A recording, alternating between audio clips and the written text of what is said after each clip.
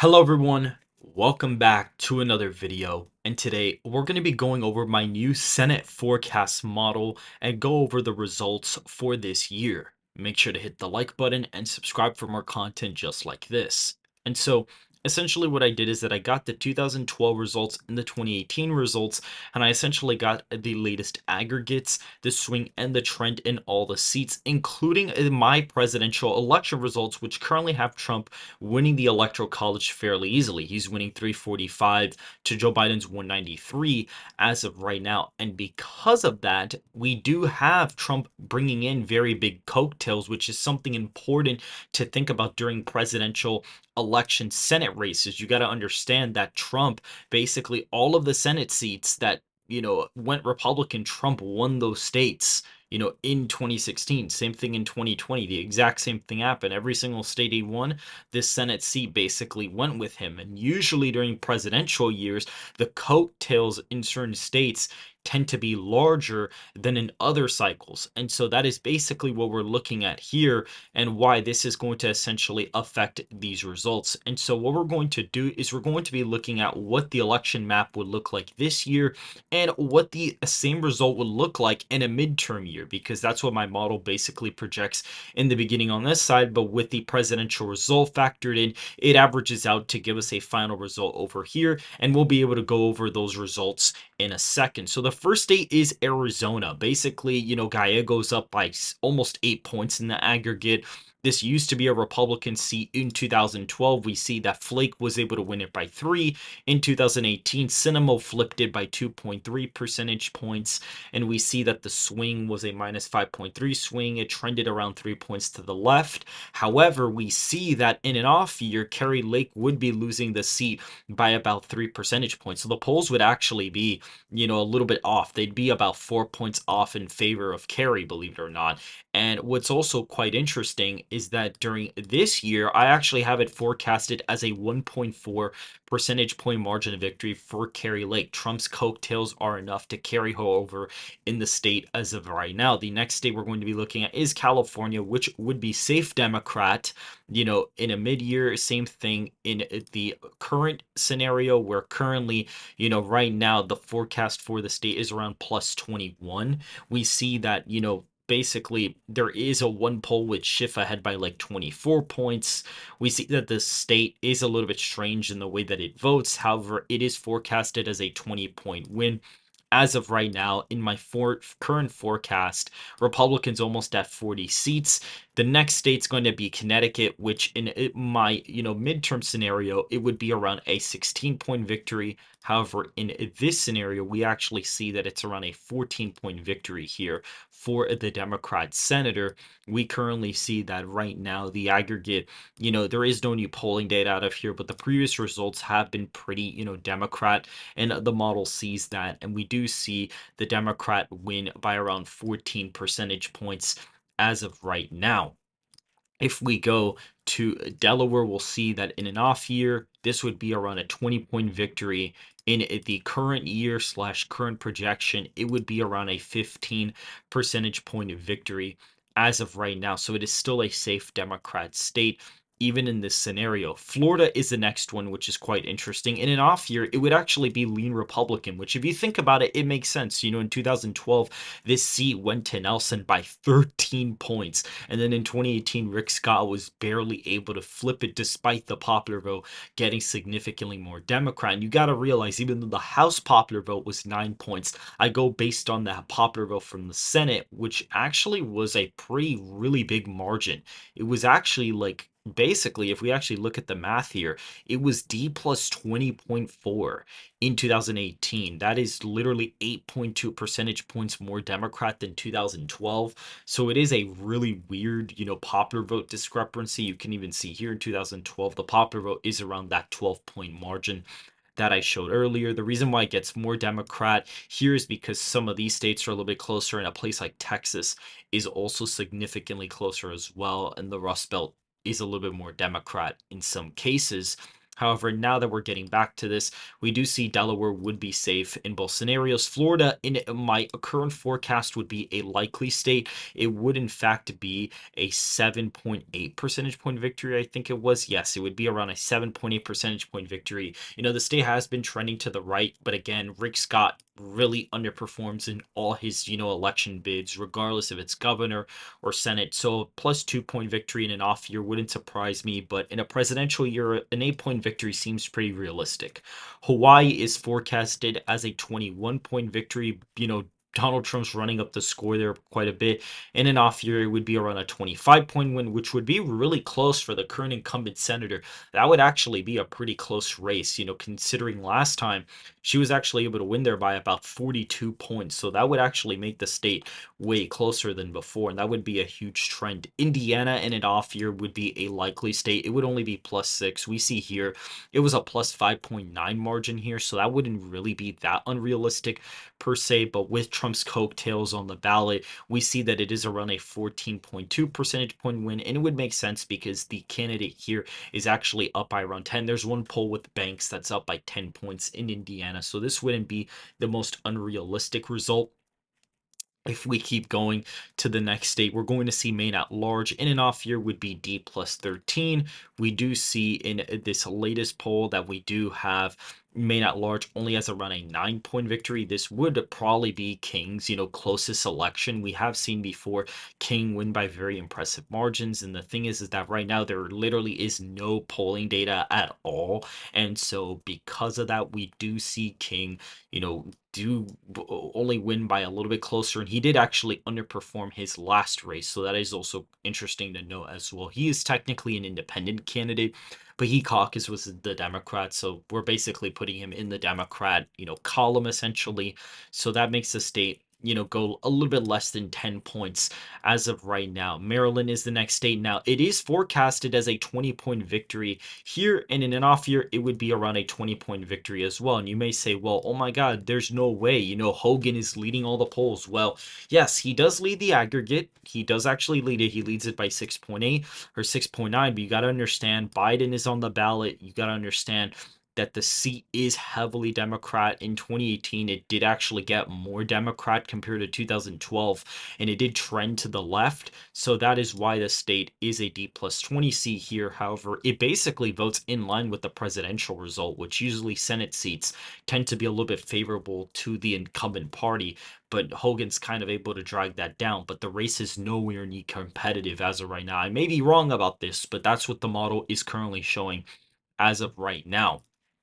We see in Massachusetts, Warren would essentially win by about 25, and actually it's pretty spot on for both elections. The margin is practically the same, so regardless off year or not, they would basically be winning by the same margin regardless. If we look at Michigan, it would be a likely Democrat state during a midterm scenario. This basically means that there is no presidential candidates on the ballot, and basically everyone's up for grabs in all their states based on the individual persons. Here it's the same thing, but you do have a little bit more influence of both candidates being on the ballot. And since Trump is projected to win Michigan by 7.2, he does actually help out here. However, Slotkin would still beat out Rogers by quite a bit in this prediction as of right now. She is currently forecasted to win here by around 2 percentage points as of right now. Klobuchar is only projected to win Minnesota by 10. In an off year, it would be a different story. In an off year, she actually wins by 19 points in an off year, which would match,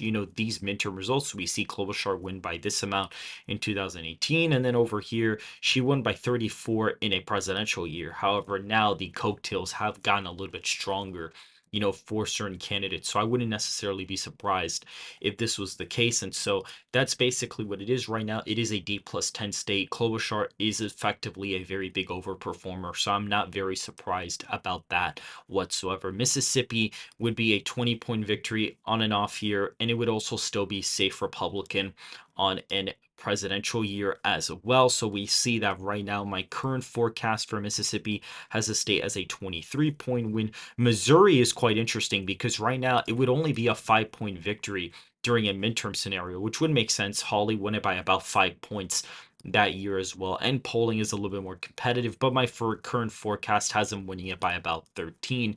That seat is really interesting because in 2012, it was literally a D plus 15 seat. So that is why it is still kind of a leaning Democrat seat in a way. And even Hawley didn't even win it by that much back, here. This was actually a flip because McCaskill did actually lose re-election here. And so there is a little bit of a Democrat, grassroots in the state here. So that is why it is still under a 15-point victory as of right now. Nebraska's election is quite interesting because Fisher, right now is up against an independent candidate. And so essentially right now, if it was an off year, essentially Nebraska Fisher would win it by about 10. Right now, she'd be winning it by about 16 points as of right now, which again makes sense. Fisher's won by 19 during a presidential year, she won by 15, where Barack Obama did overperform in Nebraska.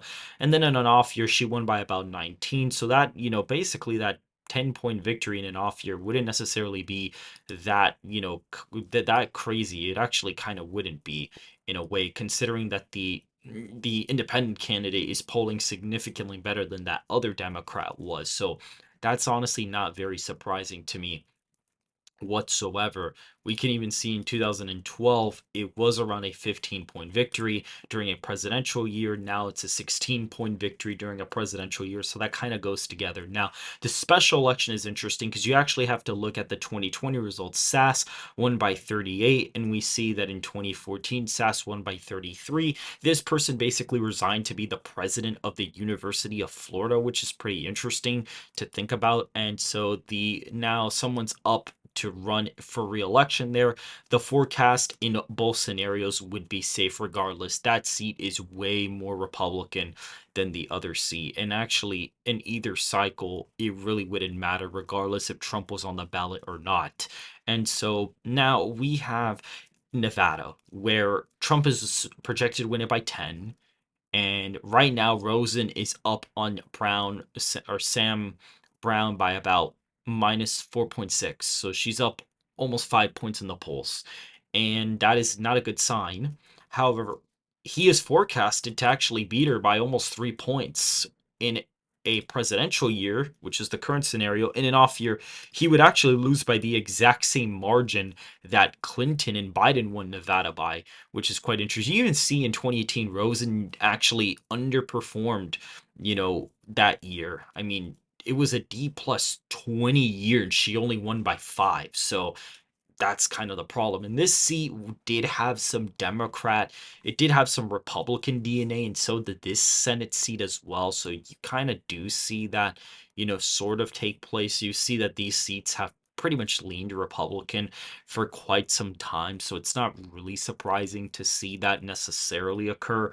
And so essentially, you do see Sam Brown pull it out during my current forecast. If it was an off year, he would lose that Senate seat. New Jersey, in both scenarios, is actually a likely Senate seat in both forecasts. The incumbent Bob Menendez, senator, is running as an independent. It was officially confirmed that that is going to happen. So he is going to take support away from the Democrat. And so she is projected to only win the seat by around 10 points. New Mexico Senate seat is fairly interesting because Trump is projected to win it by 3. The latest poll has the Democrat up by only 3. And we see that the Senate seat, even though it's trended and swung to the left, it's only forecasted as a 4-point victory in my latest forecast, which is very surprising. And I have suspected that this race could, in fact, be a little bit closer than anticipated. In an off year, it would be around an 8-point victory, which even still, that would be pretty impressive because in 2018, it was a 23-point victory. So that would be extremely impressive. UC Johnson took a lot of the vote there. So that definitely explained why there was such a big shift in that state as well. And so now we're going to be going over here to the next state, which is going to be New York. In the off year, it would be a 22-point victory. In the presidential year, it is actually forecasted as a 17-point victory for the incumbent senator. There is a generic Republican poll versus Kristen Gilbert here, and essentially the Republicans ahead by 2, so that is swinging the seat to the right. And it would make sense because right now Biden's projected to win New York by 10, so the incumbent senator winning by about 17.5 is actually not that unrealistic as of right now. You see Republicans this year net two more seats than they would have in the off year. And we're going to be unfolding this map as we keep going. The next state's going to be North Dakota. This is basically going to be safe into both projections as of right now. Not really anything crazy to really look at. However, we do see in the off year, it's actually way closer in the off year. In the presidential year, it's a 28-point victory. In the off year, it would be an 18-point win. But luckily, we are in the presidential year. Trump is on the ballot, so he's going to be able to help out in the state. And so that does bring it to a 28-point victory as of right now. In the next state, Ohio is an interesting one because Sherrod Brown is projected to beat him in a midterm scenario. However, in the current ballot, as of right now, the current year, since Trump is winning Ohio by so much, essentially it's like a 6.1 percentage point victory in the state of Ohio as of right now. So Moreno is projected to beat Sherrod Brown, the incumbent senator in Ohio, in my latest forecast. And so the next day we're going to be going over is Pennsylvania, where McCormick is down in the polls by 5. Trump's projected to win the state by about 9. And we see here that the state, swung to the left, between 2012 and 2018. We see it did trend by a little bit. However, the Senate race is actually really close this year. It's only a 0.5 percentage point victory for Casey. And that is mainly because Donald Trump is performing so well in the state. And it has kind of trended to the right. The state as a whole has kind of trended. And so that's why it is so close during my current forecast. However, if we were back in time, if this was a midterm scenario, we would see the state vote likely again, just how it did in 2018. However, it would actually be closer. It would only be 6.5 points. That would be Bob Casey's closest victory. In either scenario, it would be his closest margin of victory that he's had. Rhode Island, in an off year, is basically safe. Here, it would also be safe as well. This seat has been pretty Democrat for quite some time. And so I'm not really surprised that it is going that Democrat. Tennessee is interesting because in an off year, Blackburn would win by 20 there. In the presidential year, she's projected to win it by about 25 points as of right now. And Republicans are literally on the verge of winning the Senate as of right now. It is such a close race in the Senate right now. And we look at Texas, Republicans would be winning that seat by about 8 points in the off year. And on the presidential year, they're forecasted to win it by around 11.5 points. So Cruz does get a little bit of improvement from a Trump, basically being on the ballot essentially. Trump's supposed to win the state by around 17. And right now, Cruz is ahead by pretty significant amount in the polls. Even though this seat did trend to the left by a pretty decent amount, Cruz is still projected to win easily. Even the Utah Senate seat is safe in both projections. In the presidential scenario, which is the current map, the Republican would do about a point better. So it doesn't necessarily make that much of a difference as of right now. And Republicans literally already took back the Senate, even without, West Virginia or Montana, which I think I did actually forget to go over my Montana projection in the off year, which is interesting. He would still win even in the off year. He's projected to win by around 2 points in the off year. And on the presidential year, he's projected to have an 11-point victory in the state, which is very massive. And this is not what polls are indicating. But since Trump is on the ballot and he's winning the state by 25 points almost, it is going to drag Sheehy up quite a bit. And Republicans are already at 52 Senate seats as of right now. We keep going and we're going to see Utah, went over. Bernie Sanders would win Vermont by about 36 points in the off year. And if we look at the presidential year, the current forecast, he wins by about 31 points in the Senate as of right now. I'm not really surprised. He has had very big victories there. He won by 39 here. And then in 2012, he ended winning by 46. So I'm not necessarily surprised that that is the case.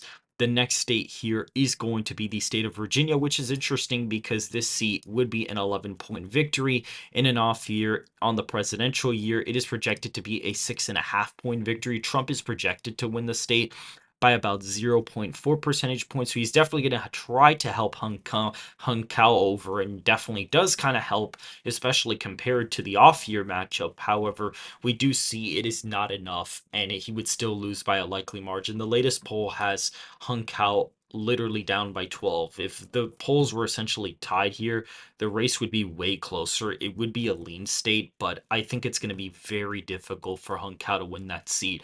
Trump would have to be winning Virginia by at least like 2 points in order for there to even be a possibility of that actually happening. Washington is actually forecasted as a likely state. Cantwell has been an underperformer in the Washington Senate recently, and the polling data does have it really close. On the off year, she would win by about 17. She won by 20 in 2012. In 2018, she ended up winning by 16. So that would theoretically make a little bit of sense. And we see West Virginia is a 20-point victory on the off year, which if Manchin was still in the race, the state would be closer, like it would be under 15, but he would still be losing it. And it's safe in either one. Jim Justice is supposed to run. We see here if the average was like +5 for the Republican, we see it's basically a 23-point win. So actually, it would probably still be safe either way. It would be closer. Here we even see if Manchin was even ahead in the polling aggregates, he would still lose by 5 even in the off year. So that's also not great for him either. That's not a good sign for him at all. And so that's basically what we're looking at there. And he would be winning. The Jim Justice essentially wins by about 31 points. In the final two states, we have Eric Hovde, who barely loses. This is literally the closest Senate race on the whole map, 0.2 percentage points right here. It's really close. If he literally like brings down this polling aggregate to like a 4-point lead for Baldwin, he would literally be up in the Senate matchup by like a quite a bit actually. So I think it's totally possible for him to win that seat. The Pennsylvania seat, that's a little bit more challenging because McCormick is not even down by that much compared to Baldwin is up here. So that is a little bit of a problem. And basically, long story short, Wyoming would pretty much go both ways. Wisconsin would be a likely state in the off year as well. And so that is it for my election forecast. This is my current forecast with Republicans at 54 Senate seats to Democrats at 46 Senate seats as of right now. You clearly see they sweep the Sun Belt quite a bit. They even get New Mexico within a couple points, and the Rust Belt's sort of competitive. However, the Democrat senators do hold on. However, I do see a weakness in Baldwin. I do think as time goes on, Eric can kind of go out there, and I do think he might actually be able to pull this off just because of how close it is, considering that she's leading the polls by quite a bit there. But I guess that the aggregates understand that there is a bit of a polling error. And what's quite interesting is that if you notice, polling aggregates during midterm years tend to be a little bit more accurate. And we see Wisconsin's polls right now have the race at, we can see here, at around -4, and the race would be a 5-point victory on the off year. We also see here Virginia +12. We see the victory would be around 11. Tennessee +15. The results 20. We see North Dakota +24. It ends up being +18. Ohio -5. It would be only -2. That's within margin of error. Nevada 4.6, 2.4. So you even see that this theoretically would actually make quite a bit of sense. This matchup here with the polling aggregates would make sense because midterm aggregates tend to be more accurate most of the time. And so that is also pretty interesting to see that occur. We do see that the Gallego polling average would be off by quite a bit either way, but there's a lot of them where it's actually almost pretty spot on. So I'm actually pretty happy about that. And so either way, guys, that is basically it for my Senate forecast. 54 Republican seats to 46 Senate seats as of right now. So for those who say, oh, Democrats are going to win the Senate, they are lying to you. Literally, Montana cannot flip. Neither can West Virginia. Neither can Florida or Texas. Even in a midterm scenario, those states would still be going Republican, and Montana would literally not even flip to Tester, and that would literally only tie the Senate. So basically, Democrats have no chance at winning the Senate this year as of right now, especially with my current forecast as of right now. So make sure to hit the like button, subscribe to the channel for more content just like this, and I hope to see you guys very, very soon.